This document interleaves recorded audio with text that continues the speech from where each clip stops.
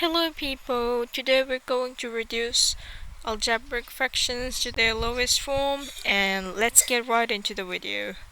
So I have this question in here. It says Lx plus sorry. Okay, so yeah, Lx plus mx minus Ly minus my divided by 3x squared minus 3y squared.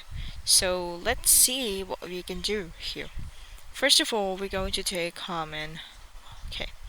So, in the first two terms, in these two, we can see that we can see that between Lx and Mx, x is the common one, right? So I'm going to write x as the common one, and then in the bracket, I'm going to write, oh, sorry. Okay, so I'm going to write L plus M. Okay, so in the next two terms, let me just change the color real quick. Okay, next two terms, Ly and My, we have negative sign common and we have y common. And then we have L plus M. Sorry for the noise. Okay. Then let's look at the denominator. What do we have in common between those terms? Let me change the color there real quick. Okay. So we have 3 common between 3x squared and 3y squared. So 3x squared minus y squared. Okay. So in the denominator, we can see that there is a formula that is applying in here, which is a squared minus b squared. So what is a squared minus b squared? It actually is a plus b, a minus b, which is what we're going to do here. So x plus y, x minus y, because they're both squared terms, right? So let's see. And in the numerator, we have x minus y, and L plus M is common in both brackets. So basically we just write x minus y in a whole bracket, and then we write in another bracket we write L plus M. Okay.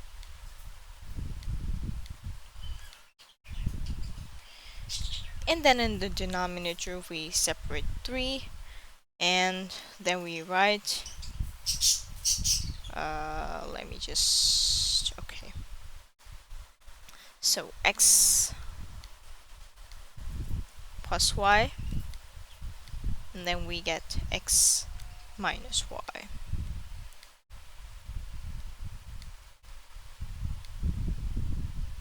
Now you can see that x minus y is in both the numerator and in the denominator, so we just cancel those terms out. So what we get is L plus M over 3x plus 3y. Okay, this is the answer basically. Or you could just drop like L plus M, and then you get 3, and then in the bracket you write x plus y. That's also how you can write the answer. Both will be correct, okay? So let's get to the next question. Okay, so this is the next question. In the numerator, we can see that 3 is common, and then x squared plus 3 6 times is 18, so 6x plus 3 9 times is 27, so 9. And in the denominator we can see that 5 is common, so we separate 5, now we write x squared, and 5 9 times is 45. Okay. Sorry. Yeah. Now, in this expression that I'm going to highlight in here, this one, we're going to do some middle term breaking. So, wait a second, let me grab a pen and a different color. So, what do you think is x and like x times 9? Sorry, wait a second. Okay, I made a mistake. So, seen, I should have checked if this expression is a whole square of something.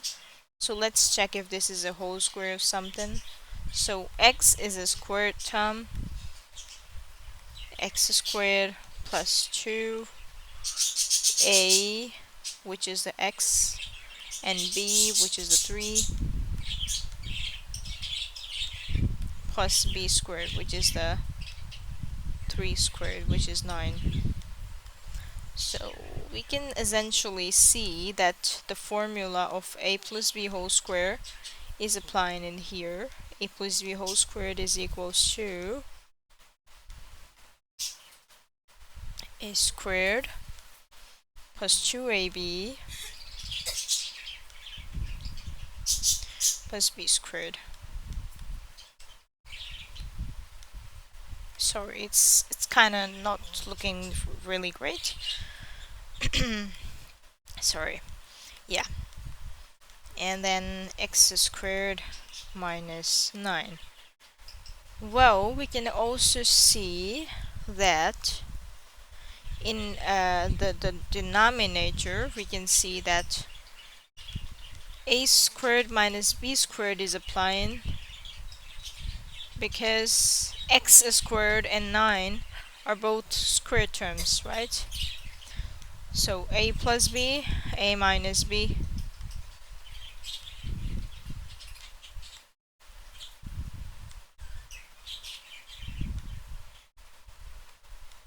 Let's just write it in the form that is desired.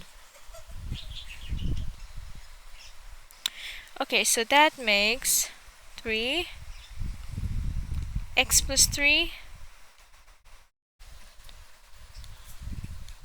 and then again x plus 3 because it's x plus 3 whole squared. You'll see why I'm writing these in not the whole squared form but separately in a while. Then we get x plus 3 and x minus 3.